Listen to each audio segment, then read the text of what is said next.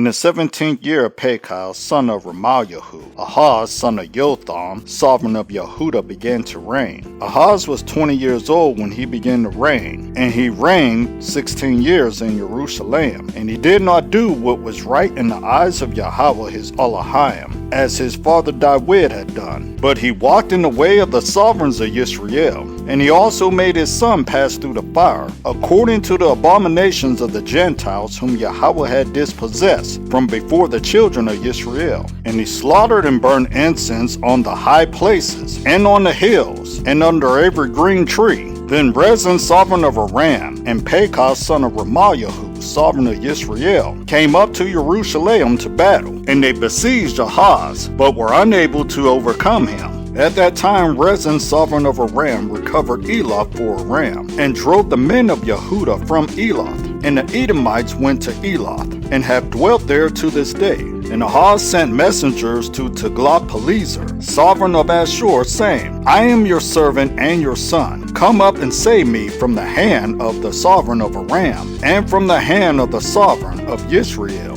who are rising up against me. And Ahaz took the silver and gold that was found in the house of Yahweh, and in the treasuries of the house of the sovereign, and sent it as a present to the sovereign of Ashur. And the sovereign of Ashur listened to him. And the sovereign of Ashur went up against Damascus, and captured and exiled it to Kir, and he killed Rezin. And the sovereign Ahaz went to meet Tiglath-Pileser, sovereign of Ashur, at Damascus, and saw an altar that was at Damascus. And sovereign Ahaz sent to Uriah the Cohen a sketch of the altar and its pattern, according to all its workmanship. And Uriah the Cohen built an altar, according to all that sovereign Ahaz had sent from Damascus. And Uriah the Cohen made it before sovereign Ahaz came from Damascus. And when the sovereign came from Damascus, the sovereign saw the altar, and the sovereign approached the altar and made offerings on it. And he burned his burnt offerings and his grain offering,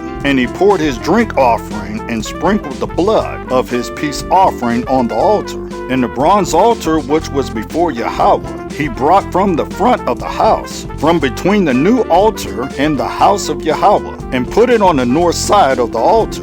And sovereign Ahaz commanded Uriah the Cohen, saying, On the great altar burn the morning burnt offering, and the evening grain offering, and the sovereign's burnt offering, and his grain offering, with the burnt offering of all the people of the land, and their grain offering, and their drink offering, and sprinkle on it all the blood of the burnt offering, and all the blood of the slaughtering. And the bronze altar is for me to inquire by.